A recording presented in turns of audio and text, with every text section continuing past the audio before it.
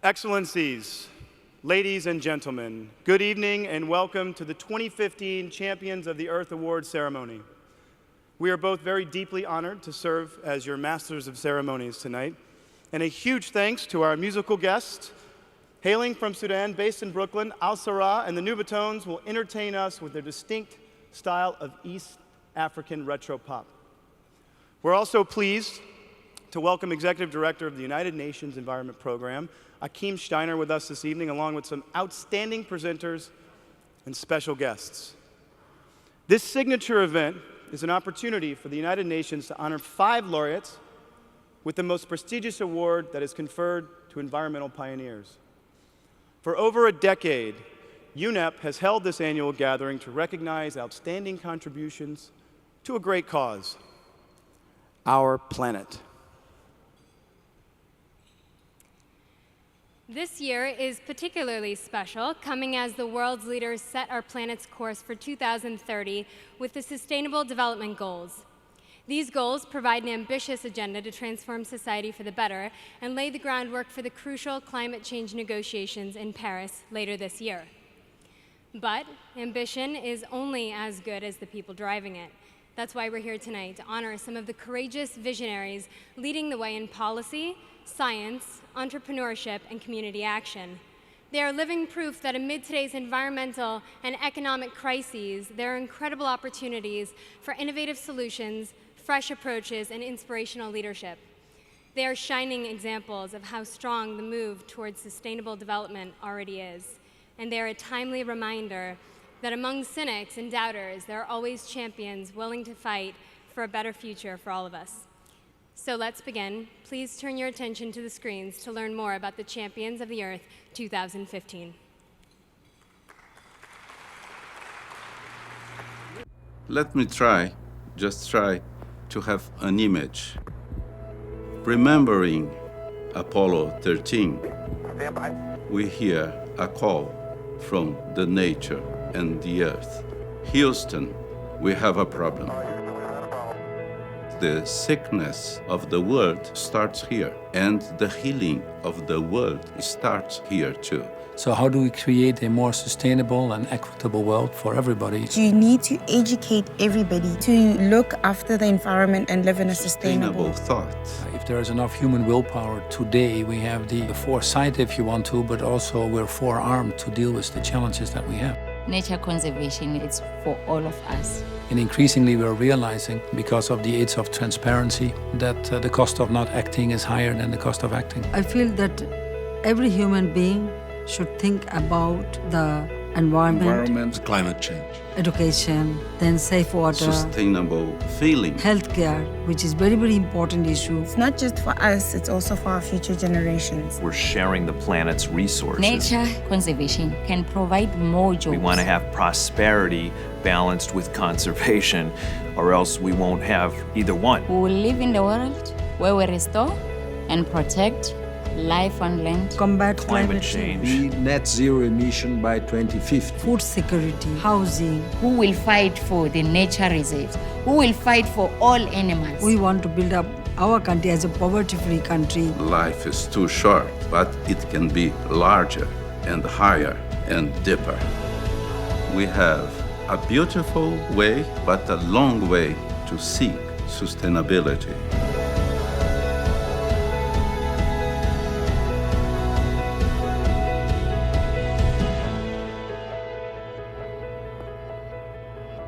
Okay, Houston, are you still 813?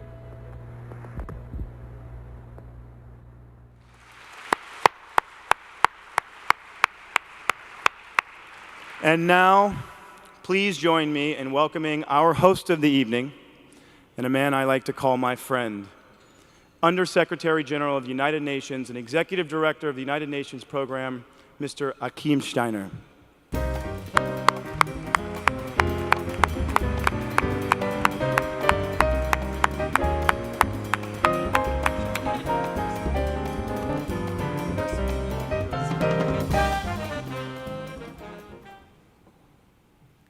Her Excellency Sheikh Hasina, welcome to this wonderful hall here in New York.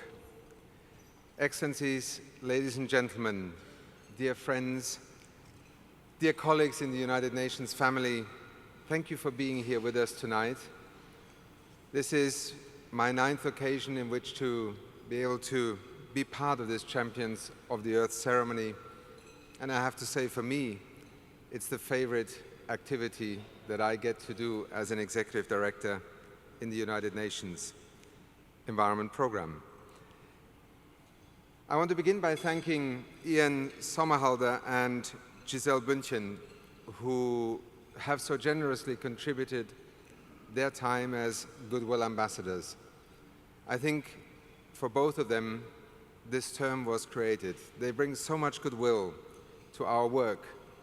They also are such good ambassadors because both of them actually were engaged on environmental issues well before they became UNEP Goodwill ambassadors. And in that sense, having them here with us tonight just speaks to this extraordinary community that literally can reach from one end of the planet to the other, from the arts, the world of film, into the world of science, photography.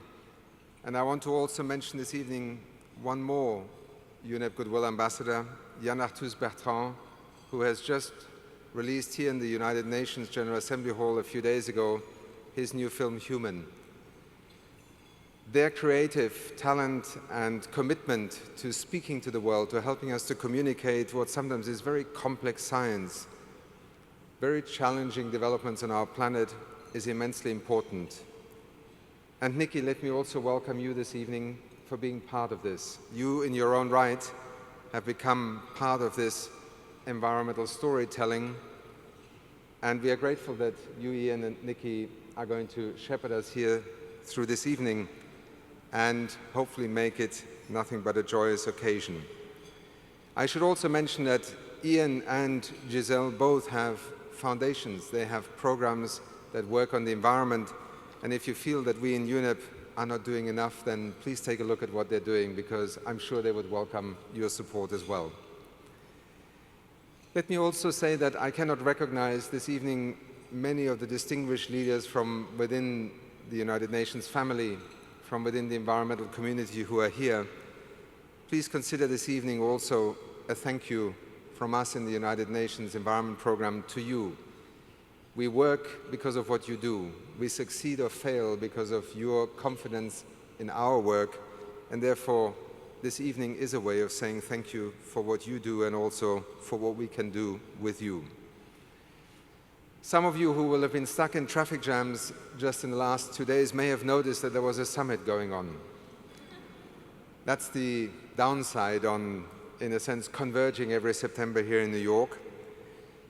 But it has been an extraordinary week.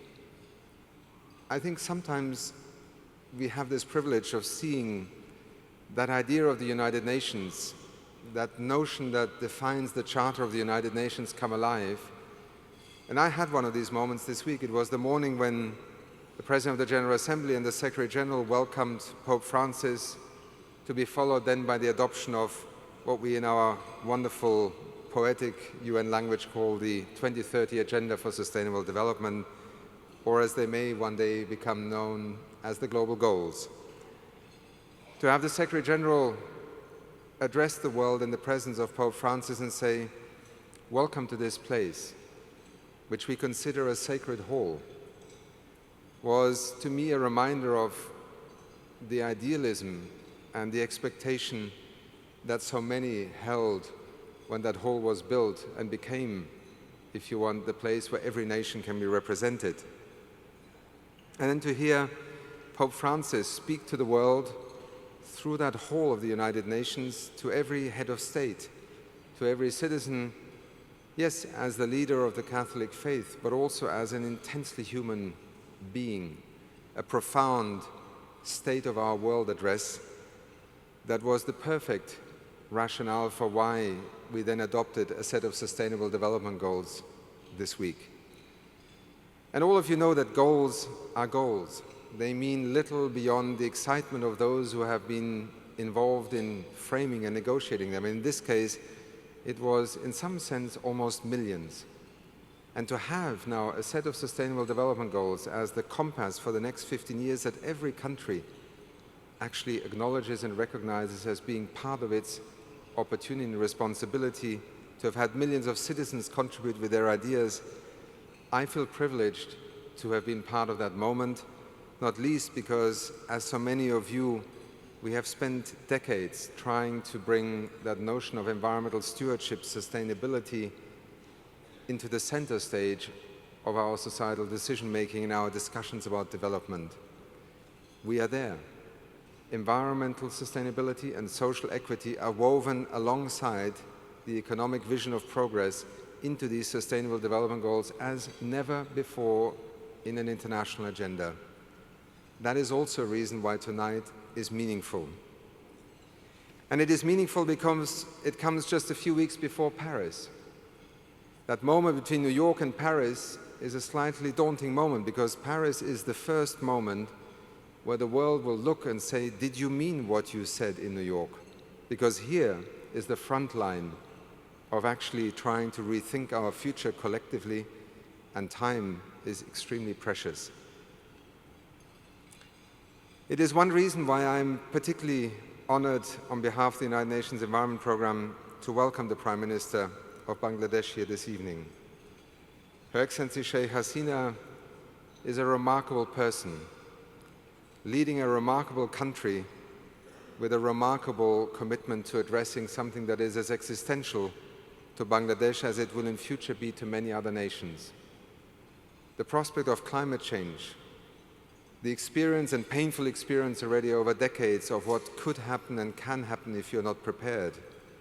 The prospect of that becoming worse in the future because a world is not ready to act on this is something that I'm sure has been at the core of her commitment to providing leadership within Bangladesh, including with Bangladesh developing the first ever national climate change strategy, with creating a fund and using its own resources while the world is still debating about whether it has the money and should be working together to look after its own people, to invest in being prepared for that which is inevitable, while at the same time, in her capacity as Prime Minister, as a leader of a Muslim country, speaking to the rest of the world about the necessity to act.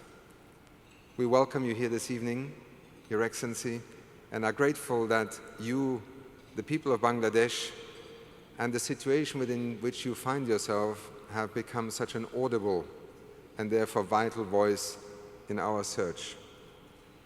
Our celebration this evening brings together, as it has done in recent years, people and institutions who in themselves are remarkable, but also by bringing them together show what a remarkable potential we have for working. We are recognizing this evening also two leaders in business. The discussion that I think has increasingly matured, and thankfully also within the United Nations, is that business leaders and business itself is not outside, but belongs inside, because it is part of the solution or will become ever more part of the problem. We are recognizing this evening, in the first instance, Paul Polman, who I warmly welcome here. Paul, thank you for being with us this evening. And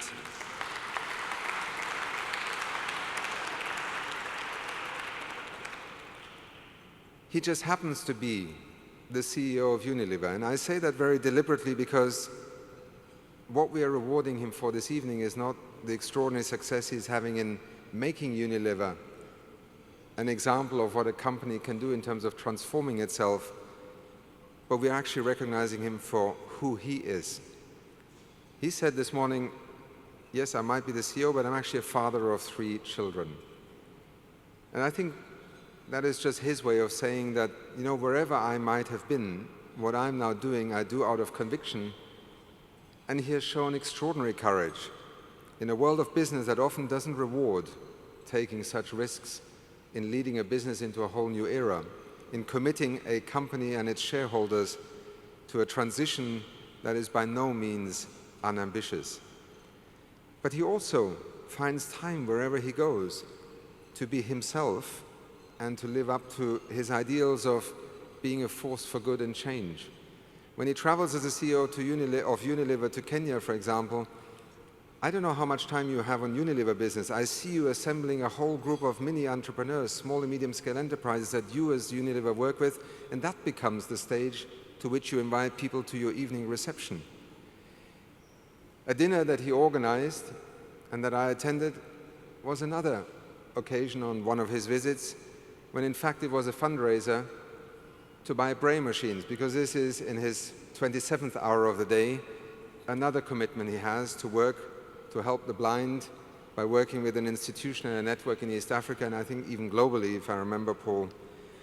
All of this just to say that you are a human being who is exceptional, and this evening we in UNEP wish to honor you and to recognize you for having done extraordinary things, and above all to say please continue what you're doing wherever you may be, because this kind of leadership is what we all would wish would become the norm in a world of business that is still struggling sometimes to appreciate the vitality of that role.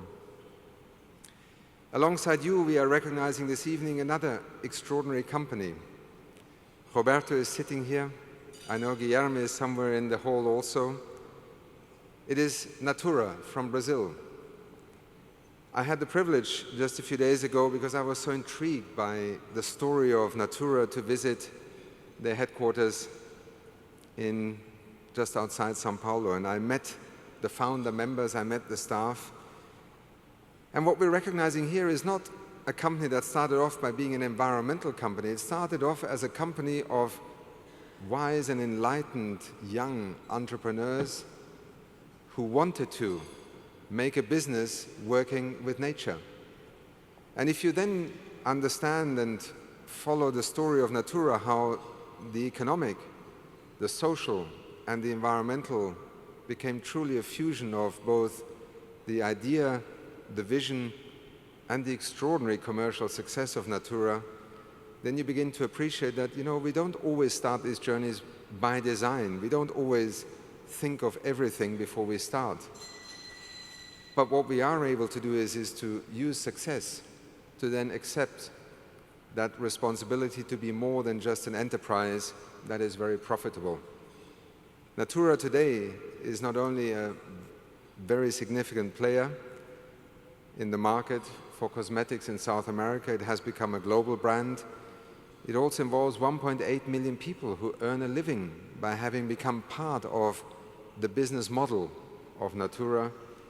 And at the same time, in the Amazon, a research center and also a whole complex approach to sharing revenues and reinvesting in the communities and in research on biodiversity, on plants, and on much of the ingenuity of nature is very much part of the way they do business.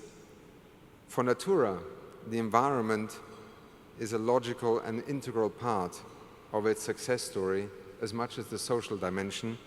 And this evening we want to recognize this wonderful company and its journey and the people who have made it happen, including the thousands who now work for Natura and seem to have embraced that same spirit as its original founders. My deep congratulations to you and a warm welcome here in New York.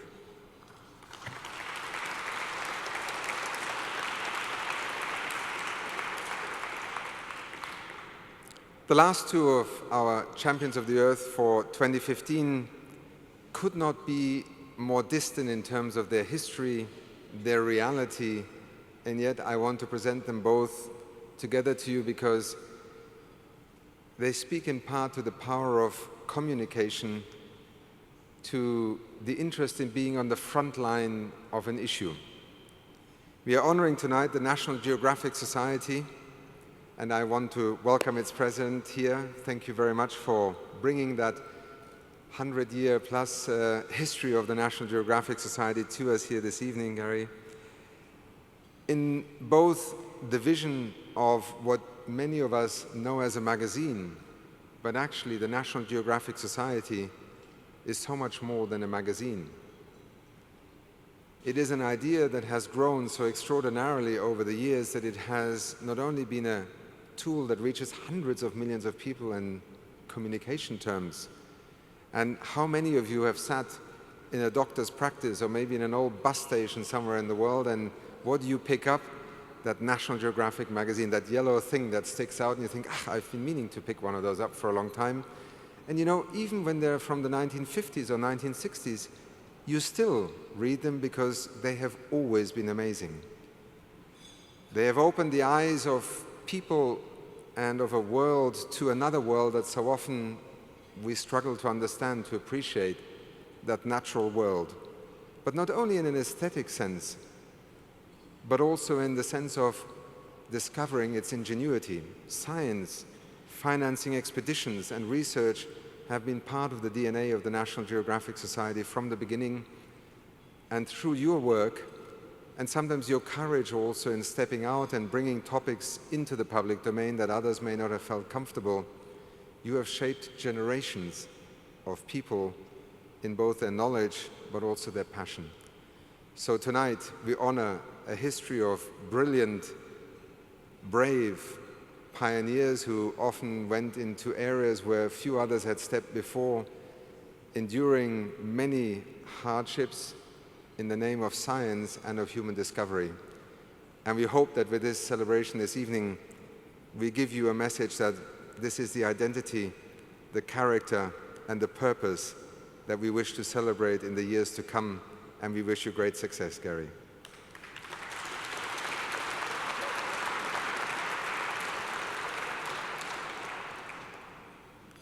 I said to you at the beginning that we are presenting two winners together in this category. And, you know, as we all found out today, those of us who went along with the Black Mambas, they are the rock stars of this year's Champions Award. Wherever they go,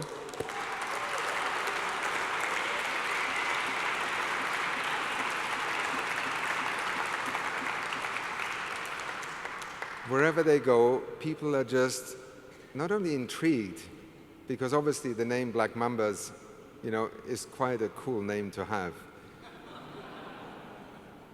But they're also astonished by Colette and Felicia, who are here tonight on behalf of this almost all-female anti-poaching unit from South Africa, because even though this is the first time in New York, it is the first time in having to stand in front of the media of, you know, an international city such as New York, and to speak about something that is about as far from the reality of most people who sit here in this room this evening as it could be.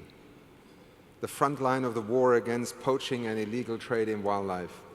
One of the most horrible and mean examples of environmental crime. It is actually something that is nothing but theft from societies, from future generations. It has a magnitude today that runs into the hundreds of millions of dollars. And on the front lines of South Africa, an unprecedented assault, particularly on rhinos, has happened in recent years. I know that we have the company of my dear friend, the Minister Edna Molewa. And you know, if there is somebody who is committed to combating this, it is Edna. And it is South Africa. And yet it cannot win against a war that is fought by environmental crime syndicates that operate internationally and have extraordinary recourse to funds, to weapons, to corruption. It is a war, sadly, that is playing out in the world, and it is bringing the rhino to the point of extinction. And into this battleground step this group of women and men in South Africa that are then baptized as the Black Mambas, unarmed but dressed to kill. Brave and committed. And I was listening to Colette and Felicia this morning, talking to some journalists and describing their journey, and you will hear in a moment in the videos them speaking about that. When we first heard about the Black Mambas, we were intrigued by it. When we then started studying their story, and I literally mean their stories, I think the 27 of you, if I remember the number correctly, that are involved, we became fascinated. And when we then saw footage and listened to them and actually learned about what they're doing, we were in awe. Because this is truly bravery on the front lines. It is doing it out of a necessity, out of a conviction, and because there is a failure in our governance systems that leave, in the end, a community as the last front line that has to actually step up to face this global onslaught on wildlife. We are very proud that you are both here this evening, and I hope somewhere through our live feed, your colleagues in South Africa are also following this night's celebration, because this is, yes, about the battle on wildlife, and it is about illegal trade, but it is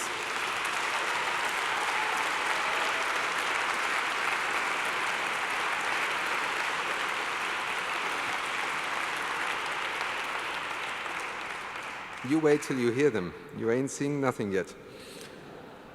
It is also about them as people, because they had very little.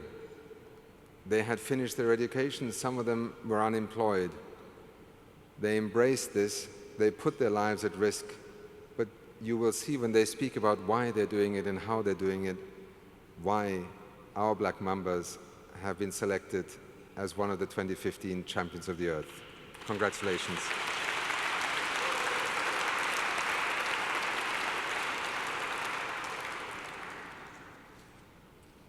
Let me end my remarks by just sharing with you one notion that I would love you to take with you from here this evening. It relates to a concept that I know sounds a bit complicated, but to me it is a very powerful idiom and metaphor through which to understand both the state of where things have gotten to in our world, but also the power of people to change it. Geologists have started calling this age of ours the age of the Anthropocene. It is the age of humans, because in our capacity and in our numbers, we are literally changing the face of this planet. Our life support systems from atmosphere to biosphere. This world is changing with 7 billion people and will change even more with 10 billion people.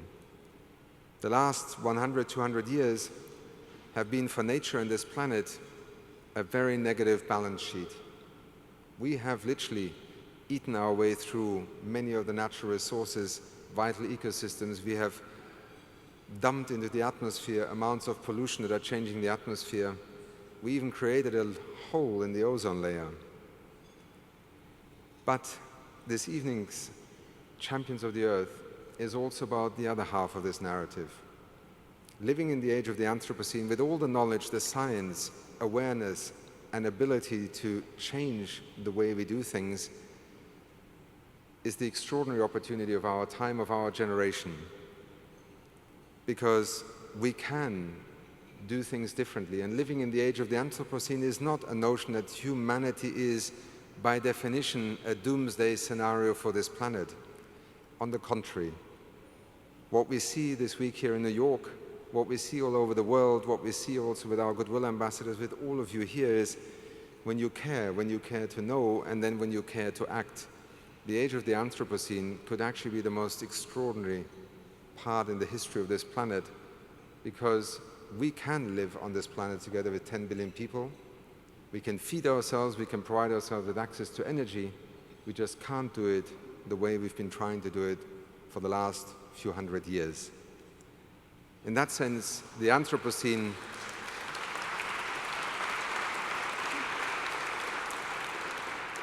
speaks to the notion that we are now the dominant species on this planet.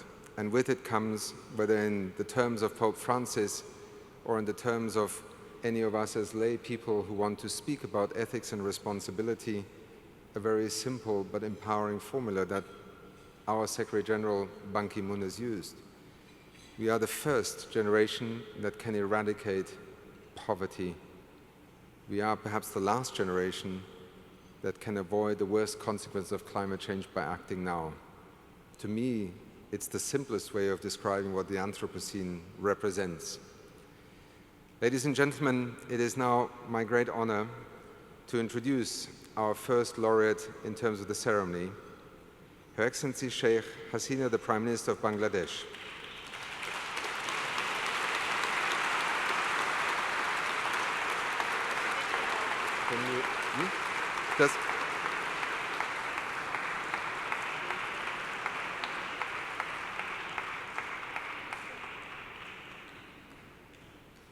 I'm probably not following my lines exactly as I should, so I apologize if I made you already rise, but we first will introduce you through a video that has been prepared that talks to your leadership as Prime Minister, to the leadership of your country, and to why we are so proud to honor you this evening with the Champions of the Earth.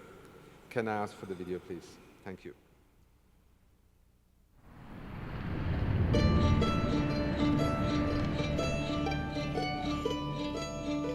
The main issue is our environment. There must be equivalence. During my childhood, we used to play in the river, catching fish. There was no electricity, nothing. So it was a totally different environment, but we loved that place. The nature, it is so very extraordinary. Because of this climate change, if the sea level rises, then 1/3 of our country will be submerged. So how to save people? When I was elected president of my party, I took initiative to build up this country as a poverty-free country. For economic growth, we need it. We need energy. We need investment. But we are very much careful about it. Development should be sustainable. It should not destroy our forest, destroy our mangrove, destroy our environment. There must be equivalence. We have a policy to increase our forestry at least up to 25%, so that our people, they themselves plant trees to make our country green, as well as the fruit trees to ensure their nutrition. There should be a balance. You have to build up the new cities, everything, but nature should remain green. This is one place, all are together. Every human being, they should use their talent to ensure a better environment and a healthy condition for our people.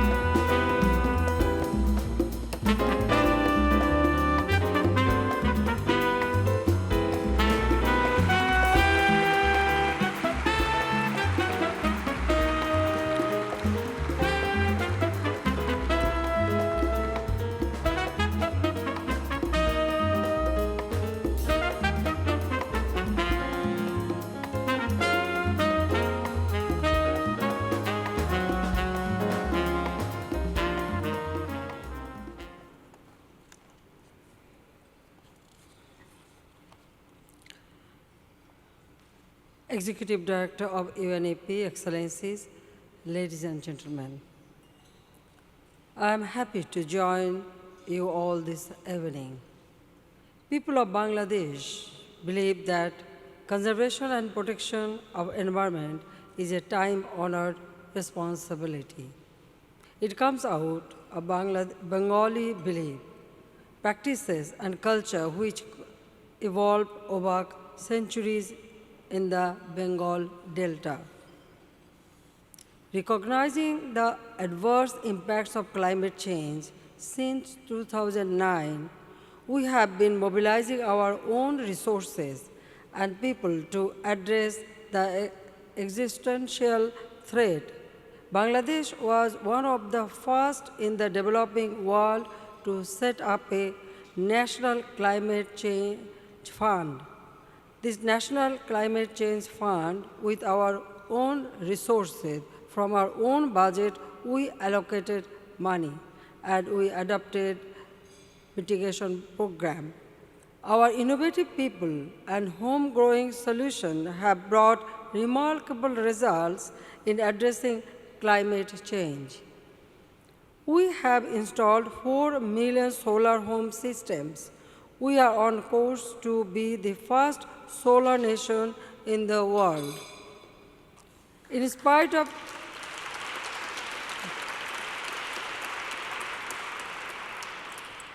In spite of climate challenges, our agricultural growth surpassed population growth, ensuring food security for 160 million people.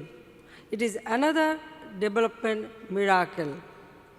As the world talks about a common future for all, we are ready to do our part of commitment to protect and nurture our planet.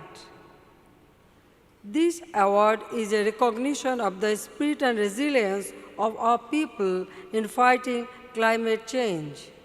And Bangladesh, as you know, the geographical situation, every time our people face climate adverse situation, tidal bore, cyclone, different type of flood, always we face it. But we know how to make sure that our people can live in a better condition. Because of natural calamities, our people learn how to live with it and how to combat this situation. And we are doing it by our own resources. We receive many promises from different countries, but practically we haven't received any substantial amount of money or any other thing. We haven't received it, but we didn't sit idle. So we have started by our own resources, own ideas, how to save our country from this climate change, how to save our people from this climate change. So we have taken our own steps with our very humble way. Now we are getting all the result of it. So this award is a recognition of the spirit of resilience of our people in fighting climate change. I thank you all. On behalf of my people, I accept this award and I dedicate this award to my people of Bangladesh, the Bengali people. I am dedicating to them.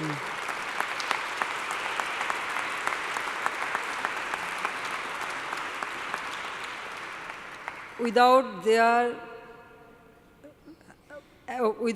cooperation, it would have been very difficult for us to face all these challenges. So I love my people. I dedicated my life for the people. I want to establish Bangladesh as a poverty-free, hunger-free, developed country, and Bengali people as a developed nation.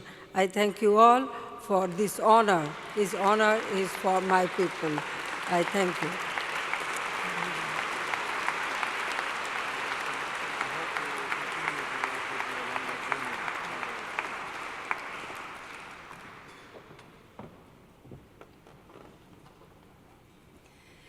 Congratulations, Madam Prime Minister. Now it's time to meet our next award presenter. Ian? Thank you. He is the grandson of the former Emir of Kuwait and plays a major role in humanitarian and environmental work in the Middle East, Asia, and Africa, from teaching children in Indian orphanages to supporting endangered species worldwide. Please welcome Sheikh Mubarac Al-Sabah.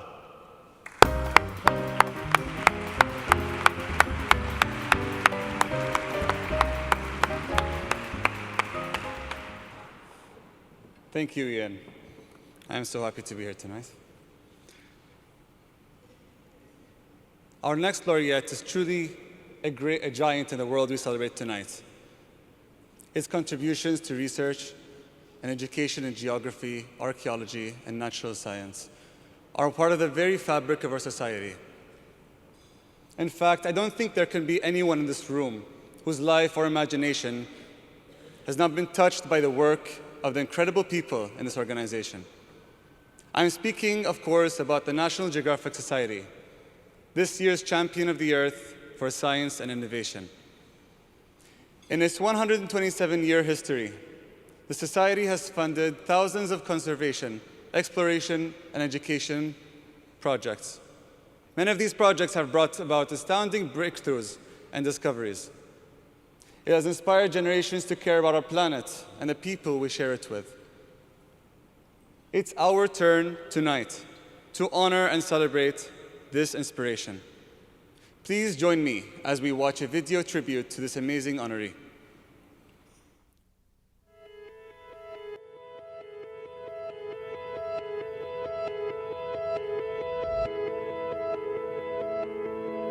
Building geographic competency. What we mean by that is to know the world is really to protect it. We believe in the power of science, exploration, and storytelling to change the world. I think from the beginning of National Geographic in 1888, it was really founded on the idea of creating a knowledge base and diffusing knowledge. That's in our mission statement from the very beginning, 127 years ago. Alexander Graham Bell and Bert Grosvenor had this idea, let's put photography in the magazine, and we haven't stopped. We're able to gather a community around National Geographic that are covering many of the issues in the Sustainable Development Goals, specifically around ocean, wildlife, and saving protected species. We've given out over 12,000 grants in our history to people who are unwrapping all of the secrets of our planet. We try to illuminate and shine a light on populations, whether they're human or wildlife populations, so people can understand the predicaments and challenges that are shared. It's a concern on the one hand that motivates, but human beings also need a sense of wonder. They need to see what might be, new ways of creating energy, space launches, or underwater exploration. Humans need both of those things to really make a difference in the world. National Geographic, it's a chronicler of history. We empower people through knowledge that hopefully brings some wisdom to decision makers, whether they're in positions of power or whether they're individuals sitting around a kitchen table. No one can do everything, but everyone can do something. And that's really what National Geographic stands for.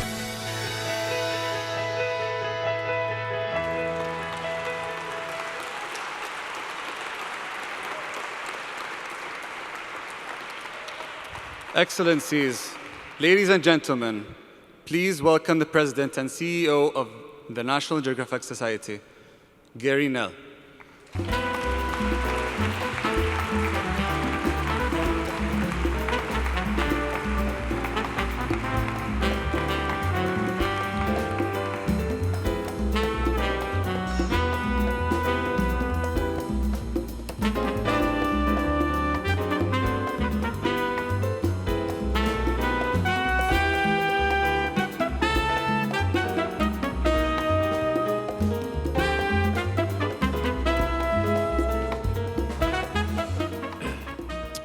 Good evening. It's an honor to be back in this hall. You know, I ran Sesame Workshop for many years, and I just told the Sheikh that Iftaya Simsim is back in the Middle East, the Middle East version of Sesame Street. So it's a bit of a nostalgic journey to be here. It's such an honor to be representing the National Geographic Society, and congratulations to all the other honorees. And thank you to Achim Steiner and the UN Environmental Program for all of the important work that has been highlighted and that highlight every day the critical issues that are facing our planet. I'm really proud about the 127-year legacy of National Geographic, and I stand here really on the shoulders of giants and people who are photographers and journalists and researchers and scientists and explorers and just kids curious about the world, learning through our visual storytelling and learning to dream about going to new places, under the sea, on land, climbing the world's tallest mountains, working in a park to clean up a park, and discovering birds and bugs and plants and new species that maybe nobody's even heard of before. This is so important now, and here's why. The planet has so many issues and needs all of us now more than ever. The UNEP tells us that greenhouse gas emissions are going to possibly double in the next 50 years, that there's been a 230% rise in flood disasters and a 38% rise in drought disasters over the last 50 years, that toxic chemical pollutants are now found in 90% of the world's water bodies, that critical habitats continue to decline, that species extinction is expected to continue at an alarming rate.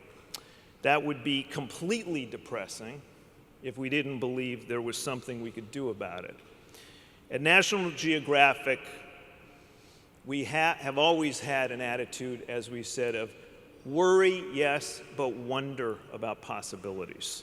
And now we have an unprecedented opportunity to double down on our investments in National Geographic, which we are going to do for scientists, for explorers, for photographers, for journalists and educators.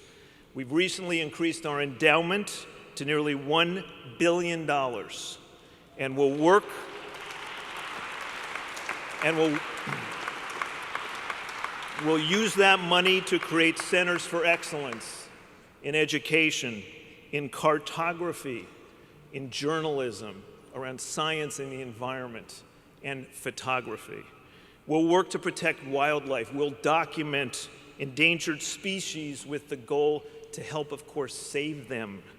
We'll push for healthier oceans. We'll search for new ways to preserve ancient treasures. We'll collaborate with educators to ensure that our children are geographically literate and, of course, therefore better able to take their places as the global citizens of this world they are inheriting from us. And we will invest in people like last year's honoree Sylvia Earle and Enrique Sala, who through the National Geographic Pristine Seas Project has inspired world leaders now to protect more than 850,000 square miles of ocean.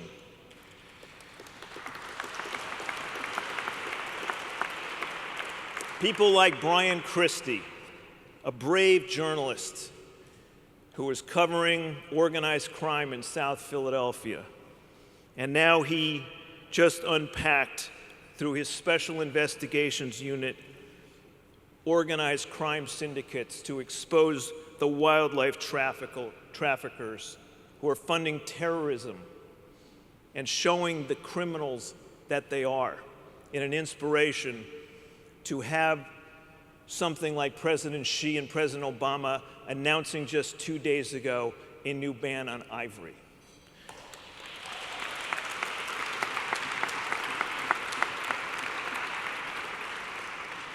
People who are going to help us meet the ambitious goals that leaders from around the world will adopt at the UN this very week. These are the people of National Geographic. And they're joined by millions around the globe who passionately believe and share in the power of science, exploration, and storytelling to change the world. Over the next few days, many of you in this room will help chart the course of where we need to go. We are behind you and look forward to partnering with you. We look forward to telling your stories, stories of solutions, stories of meeting the Sustainable Development Goals, stories of the other champions here tonight.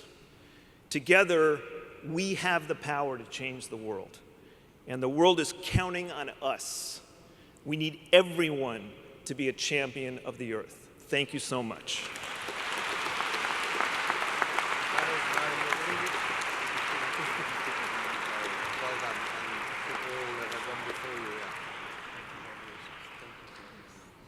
Here is United Nations Assistant Secretary General and Deputy Executive Director of United Nations Environment Program, Mr. Ibrahim Chow, with a special message from the Secretary General, Ban Ki-moon. Mr. Chow?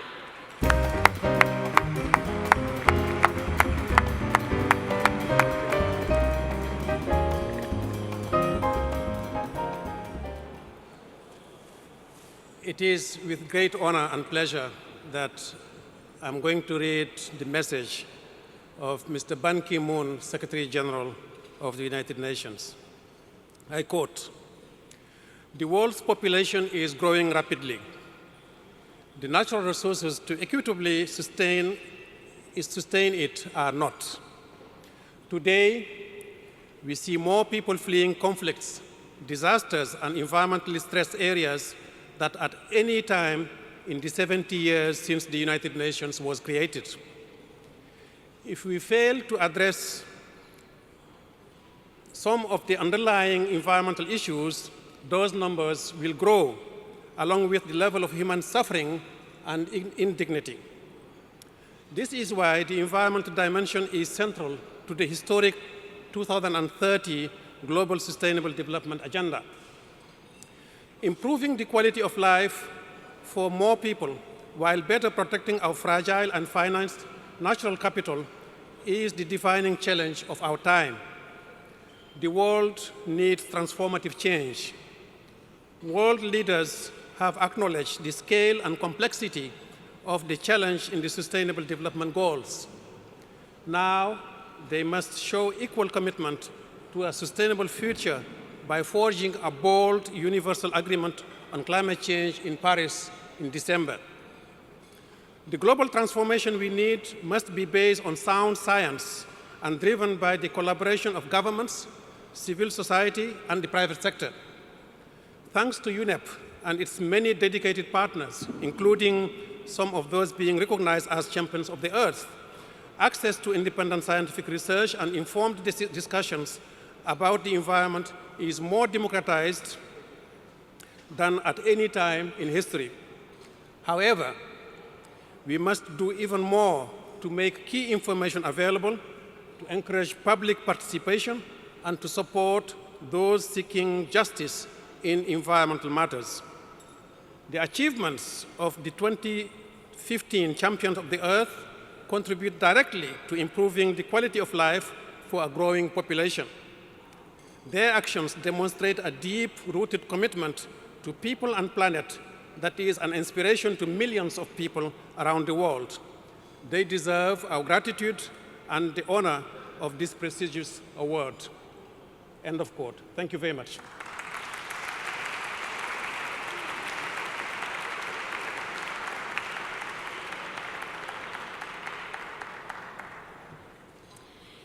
Thank you, Mr. Chow. Here now to present the Entrepreneurial Vision Award is the World Bank Group Vice President and Special Envoy Climate Change. Please welcome Rachel Kyte.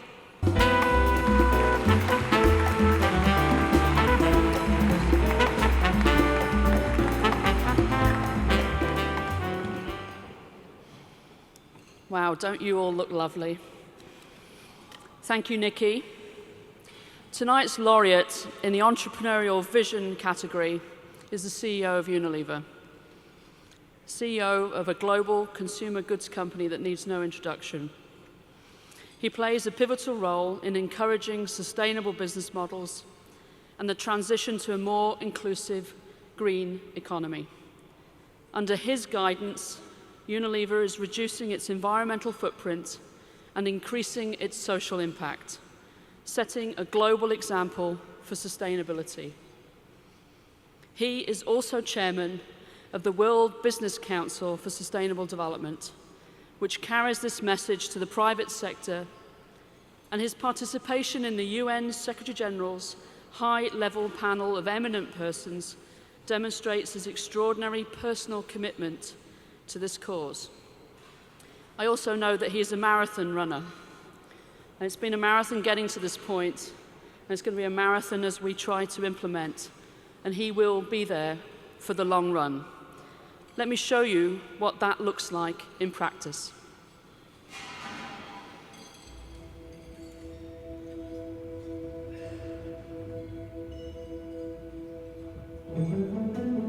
To leave no one behind would actually be the very strong expression of what we're trying to achieve. Companies in the future that are successful are not companies that do less bad, but are actually companies that make a positive contribution to addressing some of these bigger worldly problems. I believe in the goodness of human beings, but sometimes we get programmed because of some forces around us. What we're trying to do is leverage our brands and the strengths of our total company to create transformative changes in society. For all of our products, what is the impact of water, waste, carbon emission, packaging? We map that and we see what can we do. We find ourselves dealing with 2 billion consumers a day. If you have that scale and size, then you also have that responsibility to put it to good use. We really need to move to a higher level of morality to work for this common good. We need to do that in partnership. The Tropical Forest Alliance is an agreement with the industry where we rallied together the major retailers and the major manufacturers and got commitments to not sell any soy, paper, beef, pulp, palm oil from illegal deforestation. Our brands that actually have a more sustainable and more equitable mission are also brands that are more profitable. Take Lifebuoy, which is one of our bar soaps, a very old product that was invented actually in Victorian Britain, when 1 out of 2 babies didn't make it past year 1 because of issues of hygiene. We've reached about 400 million people now globally. In many parts of the world, the child doesn't make it still past the age of 5. It's not your child, it's not my child, but yes, we are responsible for that. And it is actually these small actions multiplied by all of us that are going to make a big difference. Being more conscientious with your spending power, find out from whom you buy, and buy from responsible companies. We can all be champions of the earth. Your Excellencies, ladies and gentlemen, please join me in welcoming our brother-in-arms, this year's Champion of the Earth for Entrepreneurial Vision, Paul Polman.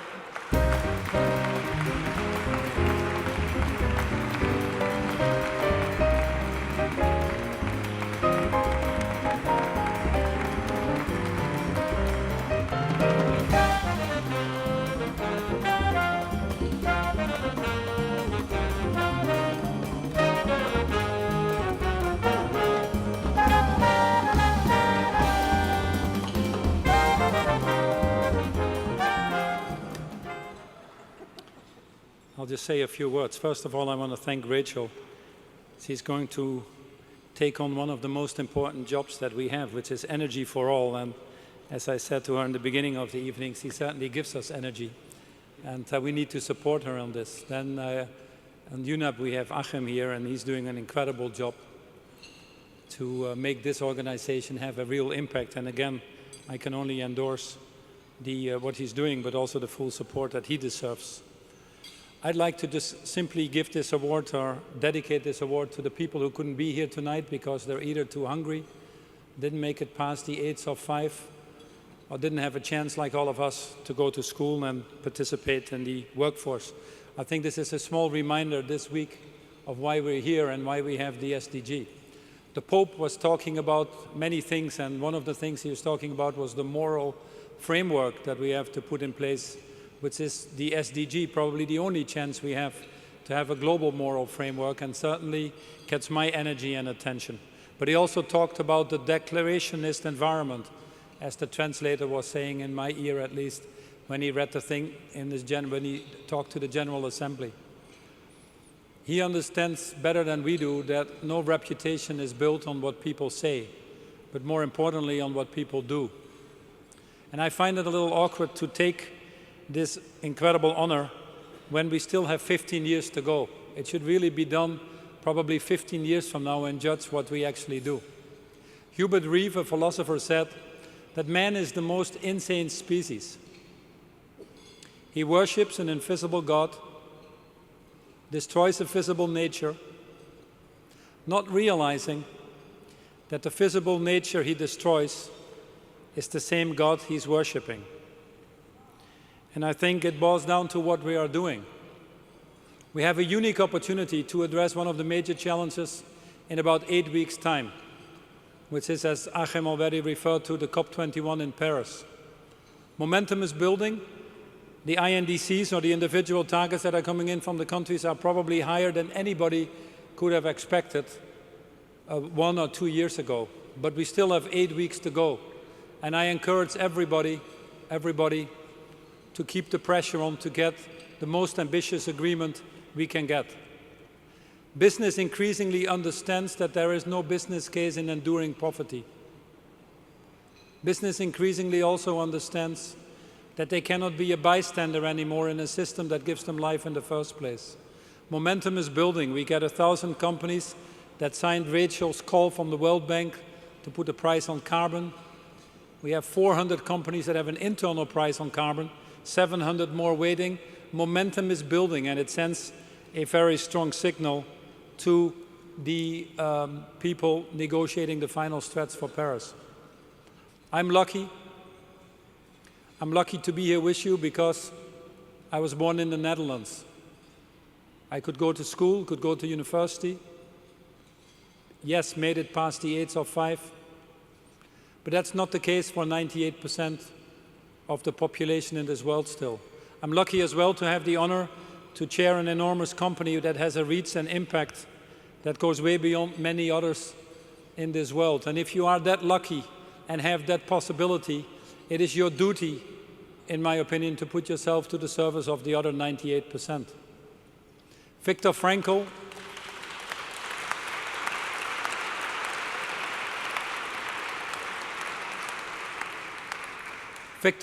in his book Man's Search for Meaning very simply said, when they built the Statue of Liberty on the east coast of the United States, they forgot to build the Statue of Responsibility on the west coast. We have an enormous liberty to operate in all the countries of the world, 190 countries, reaching 2 billion consumers a day, but by doing so, we should also be aware of our responsibility, a simple responsibility to irreversibly eradicate poverty in a more sustainable and equitable way. Any system where too many people still feel that they are not participating or are excluded, which is still the case today, will ultimately rebel against itself, and we see that more and more. It's a great celebration this week in New York. It's a great celebration here tonight, but I do hope that we can all come back here in 15 years' time and simply say we did it. Thank you very much.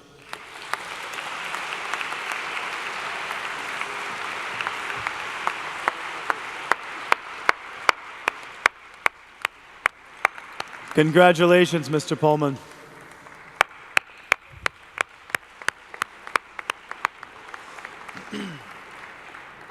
Here to present the next award is a highly respected journalist and the editor-in-chief of Vogue Italia, and is a global ambassador against hunger for the World Food Program. Please welcome Franca Sozzani.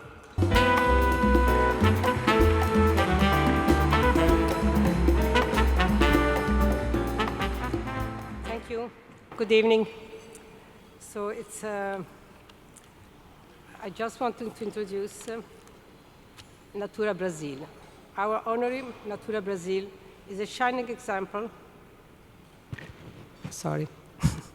that profit and sustainability that can go hand in hand. Natura makes wonderful, beautiful products, but what's really beautiful is in their work is to be sustainable and promote an inclusive green economy. Natura has created an eco-innovation approach that includes the selection of suppliers based on high sustainability criteria. It has developed the highest standards of environment and social stewardship. It showcases the progress being made in Brazil. And most of all, is perfectly illustrated that people, planet, can profit should go work hand in hand to build a successful business. Let's learn more about Natura Brazil.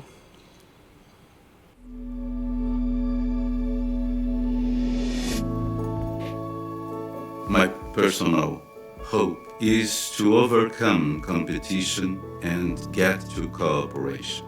By thinking about cooperation, not competition, you are changing other companies. It was a dream of Luis Seabra, how to use cosmetics to express our consciousness in the world. We tend to not accept that we are part of the nature itself. This notion of all things are interconnected, it was the foundation of our commitment to sustainability. In 2015, we launched a new line of products based on a fruit called ucuuba. This fruit is produced in the middle of the Amazon from a tree, and it was sold by the local people to become a broomstick. This fruit has a very impressive hydrating power. We educated the community by buying the fruits. The tree keeps on standing in the middle of the forest. I think business is fundamental to create a new and sustainable society. For instance, we are committed to be net zero emission by 2050. If big business don't participate, will not protect biodiversity. I think it's important to have a group trying to understand what makes really the difference. That's our drive, our motivation. To be a champion of the earth means to transform the world. We are committed to the best ways to change industrial activity because life is sacred.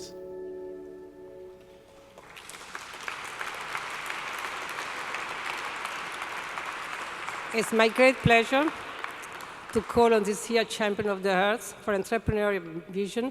Please welcome the CEO of Natura Brazil. Here is Roberto Lima.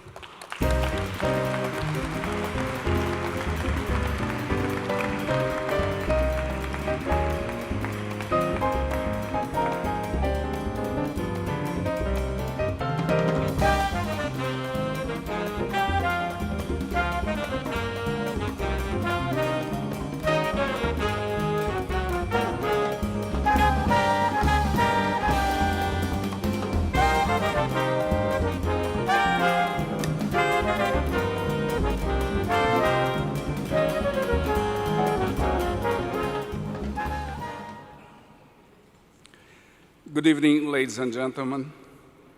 For decades, Natura has developed its vision of creating economic, social, and environmental value in its activities. We operate in 6 countries in Latin America, with 7,000 employees and more than 1,800,000 sales representatives. I speak on behalf of all of them when I express our gratitude for the recognition we are receiving tonight. I believe this was achieved thanks to their serious commitment to a business model that takes people and planet's resources and limits in consideration. Natura decided 15 years ago to invest and to engage to Amazon communities, contributing to establish a sustainable business. Nowadays, more than 13% of the ingredients Natura uses to produce cosmetics come from the Amazon biodiversity. By acting this way, we provide socioeconomic development to those communities and contribute to preserve the forest. At the same time, Natura Institute works close to more than 72,000 public schools in Brazil to enhance the quality of the educational system. This business model became possible because of Natura's founder's vision and commitment to create a real triple bottom line company. I would like to pay a tribute to Luis Seabra, Pedro Passos, and Guilherme Leal, a dedicated advocate of sustainability, who is here tonight with his lovely wife, Samira.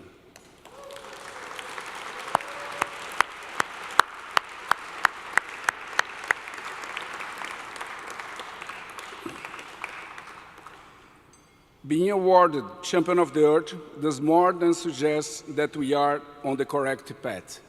It challenges us to go further.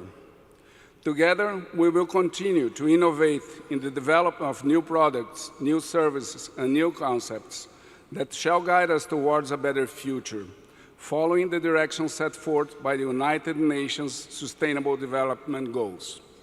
In November 2014, we have written our vision for sustainability in 2050, when we want to produce a positive impact in all our activities.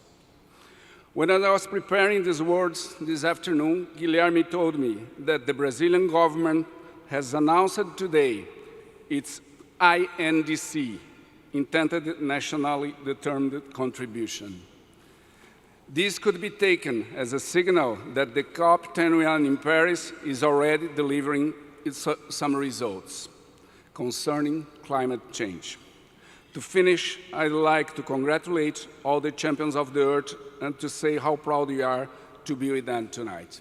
Thank you very much.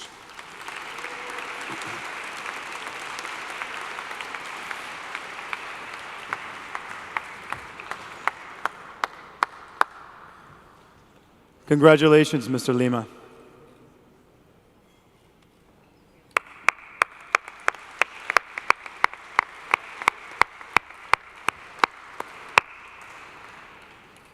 Presenting our final award is one of the most famous models of all time. She's an icon in both the world of fashion and the world of environmental campaigning. She uses her hard-earned reputation to raise awareness about protecting the planet with people from all walks of life. She has worked to protect the Amazon rainforest in her native Brazil and launched a clean water project with her father in her hometown of Orizinchina. She has also been the face of many successful UN campaigns. Join us now in welcoming UNEP Goodwill Ambassador, Gisele Bündchen.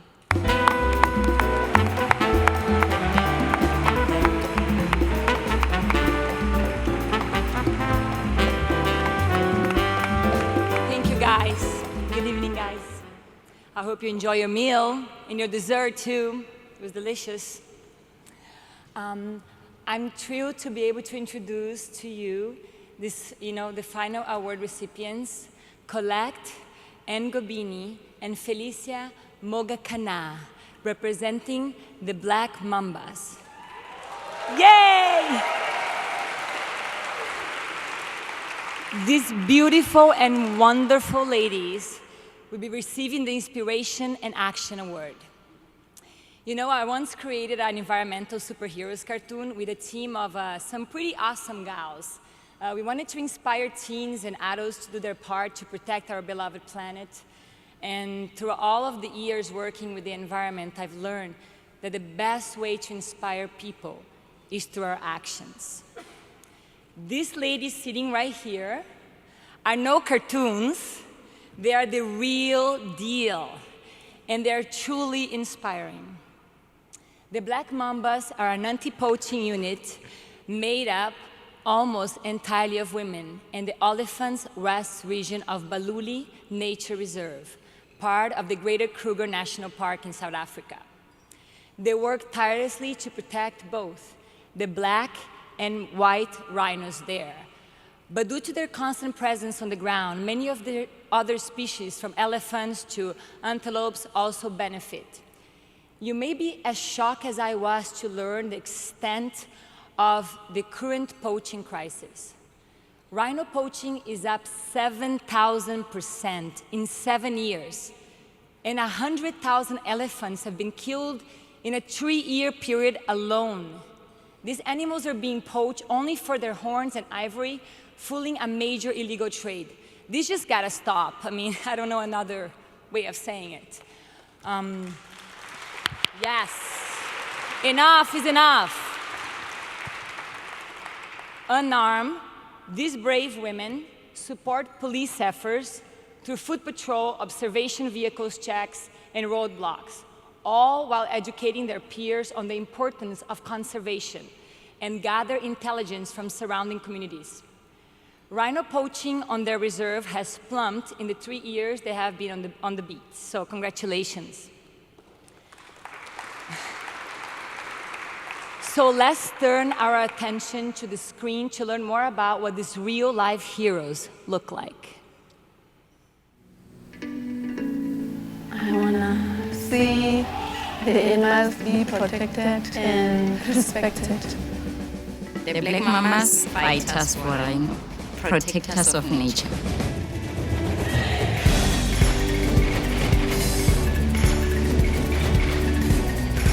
Poachers, they try and come inside. We patrol the fence, checking all the boundaries. We go around the field and sweep looking for snares. When we go to the camera, we take the pictures from last night. Maybe someone tried to come inside the reserve, so we check for tracks. As a woman, I know how to take care for the children, so I can also take care of the animals. Normally, we know that rangers are only men. Us, the women of Black Mambas, are dangerous to poachers. You can't bribe us. Black Mambas is so strong, it's so unique, it can't be corrupted by any kind of money. I can walk on the bush without no fear. At first, when we started working as Black Mambas, there were many snares. The poachers get in other reserve, but not into our reserve because they've told our friend that no, we can't come in anymore because there is Black Mambas. So if we protect biodiversity, at the end of the day, it benefits all of us. If you don't kill these things, more tourists will come. The more they come, they are bringing money. And if they bring money, there will be a lot of jobs. You can be a champion of the earth by starting to protect whatever you have in your yard. Then you will know how to fight for other things as well.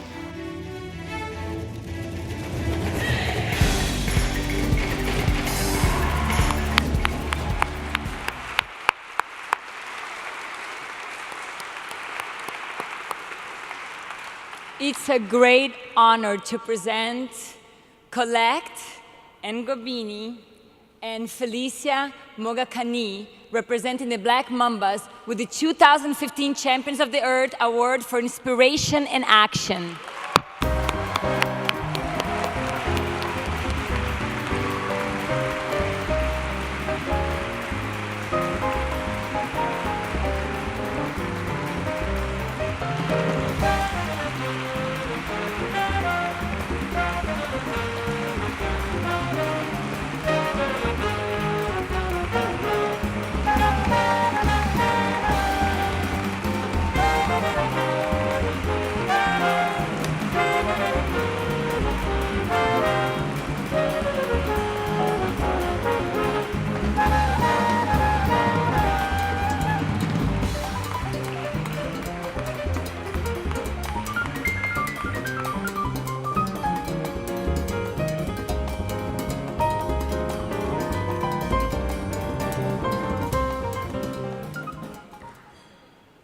Good evening. It is with a great honor and privilege to receive this prestigious award on behalf of Black Mambas Anti-Poaching Unit. I'm humble and grateful to the recognition we gain from United Nations. I'm sure there are other men and women in the world who are doing their best to protect natural resources. But the United States spotted the little effort we are putting on our work, and we appreciate it. I would love to gain my deepest thanks to UNEP, Craig Spencer, Minister of Environment, Edna Mulewa, Department of Environment, Sun Parks, and everyone for believing in us and giving us opportunity to do the work which was said it's a man's job. We thank you.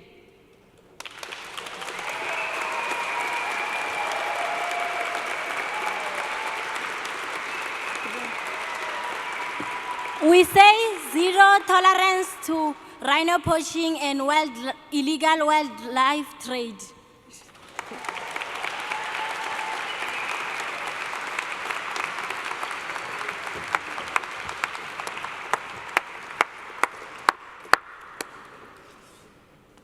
Wow, congratulations. Wow. I know I speak for everyone here this evening when I say that each of our laureates has taught us something new and has inspired all of us to do more to protect the amazing world we live in.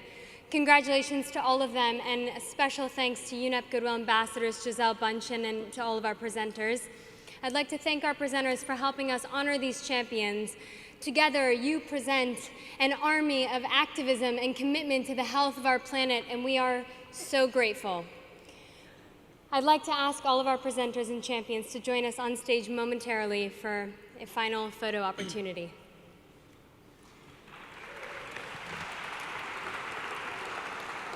We are especially grateful for Achim Steiner and the UNEP for hosting tonight's event, and to the heads and representatives of the UN agencies that make up the UN family for joining us this evening.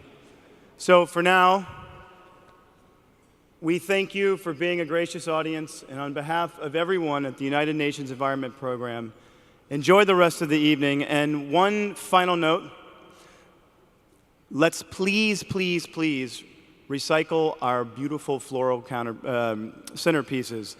Take them home and enjoy. You won't get in trouble, I promise you.